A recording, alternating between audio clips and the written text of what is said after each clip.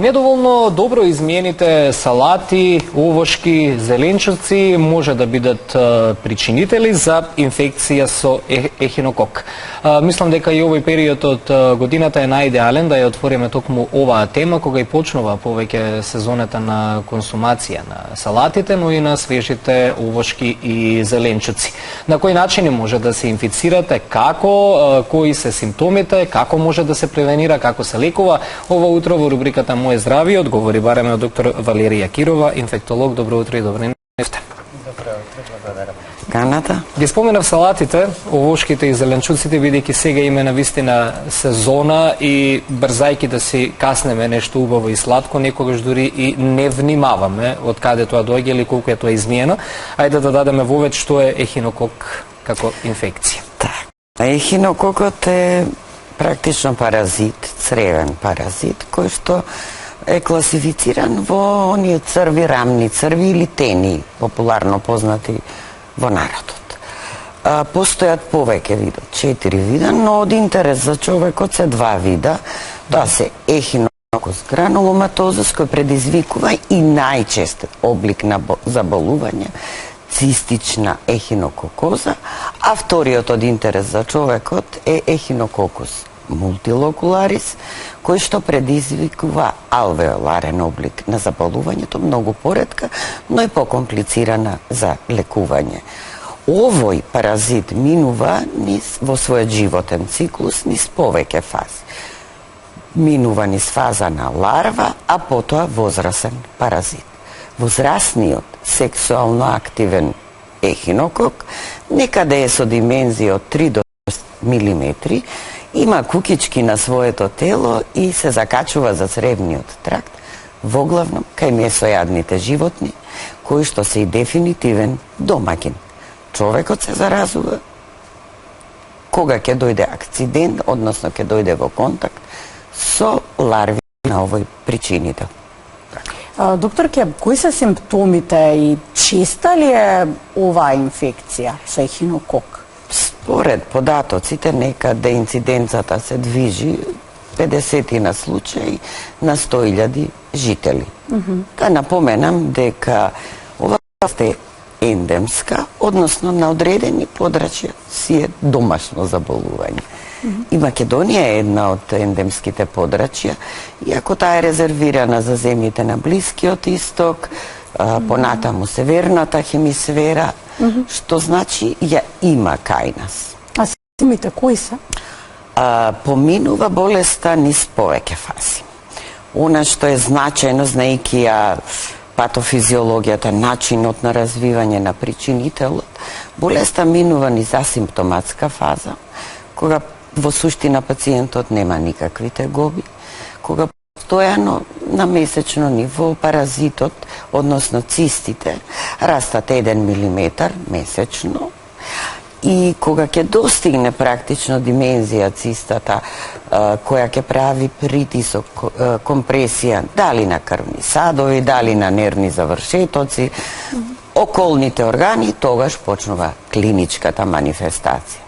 Но зависно од целниот орган, каде ќе се всади, ќе се вгнезди причинителот, оттаму ќе бидат и симптомите. Пак е најчестиот облик црнодробната ехинококоза, цистична, се јавуваат општа слабост, кадење, повраќање, намален апетит, болка под десен ребрен лак заради локализацијата.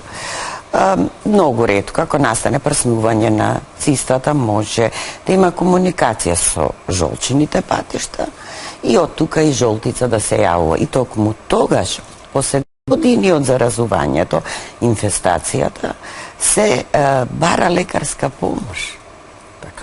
Како најлесно може да се инфицираме? Јас ги споменав салатите на почеток и тоа некако народски не е најпознато. Кои се другите начини? На што треба повеќе да се внимава? Да, покрај загадена храна, загадена вода, треба да одржуваме високо ниво на хигиена, бидејќи извор на заразата се домашните миленичиња, во подеме чувањето на мачиња, чувањето на кучиња и сите ние треба да внимаваме околу грижата за Споменавте дека најчесто го напаѓа црниот дроб, но споменавте органи.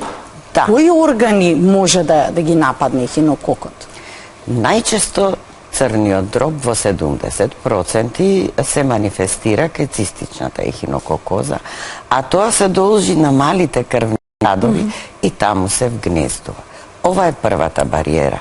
Во случај да ларвите минат низ крвотокот, вториот таргет орган е белодробието, каде и клиничката форма има поинаква симптоматологија, од типот на компромитирано дишење, краток здив, понекогаш искашлување на сукрвичев секрет, притисок во гради и самото лекување е малку поинако и покомплицирано заради пристапот на цистичните промени.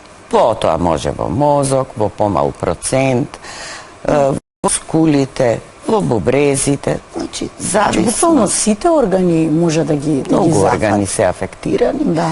но најчестата е она што ја гледаме и се соочуваме во Да. медицинската пракса, црнодробната.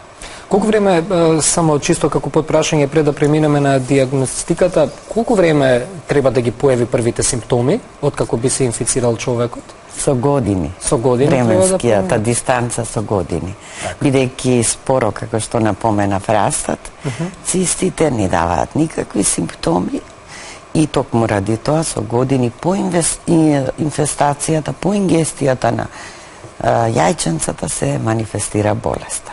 Има ли превентивни прегледи и како се диагностицира? Диагнозата се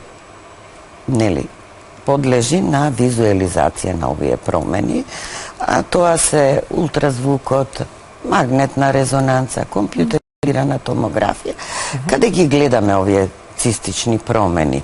Како подкрепа на диагнозата, од наш интерес инфектолозите и оние што се занимаваме со лекување на инфективните заболувања се серолошките техники за докажување или детекција на антитела кон паразитот, како што се техниката на индиректна хемаглутинација, ELISA сендвич методата и постојат потврдителни или конфирматорни тестови, Western blot.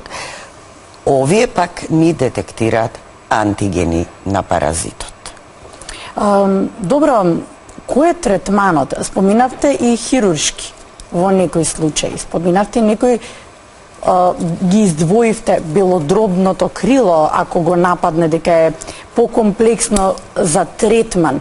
И мозокот, И мозокот. пристапност, Исто пристапот така, да. Како иде третманот и во кои случаи се одлучува докторот дека мора хируршки да се реши? Така, значи постојат фармаколошки препарати, лекови, антихелминтици ги нарекуваме ние, кои што се користат во третман на ехинококозата. Вториот начин е хируршко или оперативно лекување. Одлуката сепак е на операторот.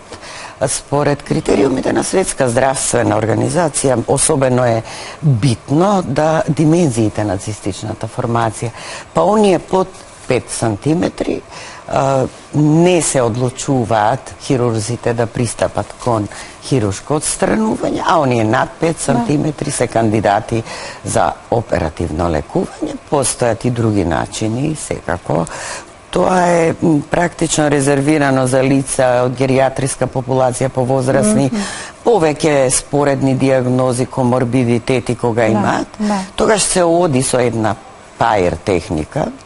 Практично тоа е се влегува перкутано со игла во цистичната формација, се аспирира содржината, потоа се инјектира соодветен лек, препарат и на крај повторно се аспирира содржината. На тој начин не се вади радикално со капсула, меѓутоа на тој начин практично ги елиминираме причинителите.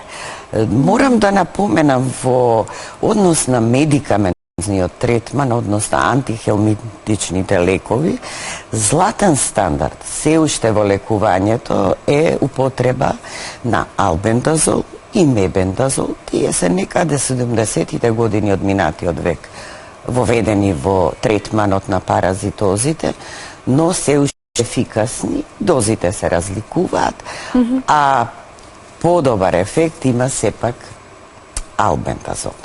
Сакав само уште едно подпрашање, кога сме тука кај третманот и хируршки, кога објаснивме дека дел мора така и да се третираат, она што малку знаеме за ехинококот, но е присутен без разлика што не и во големи размери, но станува збор и за смртоносен паразит. Какви се податоците тука во тој поглед? Пак и овој облик, цистична ехинококоза, некаде 2 до 4% е летал смртноста од заболувањето. Но морам да напоменам, имајќи ги предвид фазите на заболување, во третата фаза на болеста или фаза со компликации, може да настане руптурирање, односно прскање на цистата, излевање на незината содржина, а тоа следува до алергиска анафилактичка реакција, која оди со драматична клиничка слика на шокова состојба, на сврап, потешкотија и при дишење, забрзана срцева акција и доколку не се интервенира, летално завршува, но и при третирање може да заврши летално. Тоа е една од сериозните компликации. И да ја резимираме темата, како да превенираме. Чистота, кажавте неколку пати, Салатите тоа ги можеме да го спомена. ставиме на прво место и личната хигиена, но и секако хигиена на тоа што го на внесуваме. раце, понатаму да се избегнува консумација на недоволно измиени зеленчуци, овошки и да внимаваме при чување на нашите миленичиња, а особено потенцирам редовно прочистување на домашните миленичиња, бидејќи тие се изворот за најчесто во урбаните средини. За оние во руралните, лицата кои работат со стока, добиток, тие пак исто така треба да внимаваат. Благодариме за гостувањето. Благодарам ја. Благодариме за гостувањето, се разбира се гледам и во нека следна прилика и на друга тема. Ќе ми биде чест и задоволство.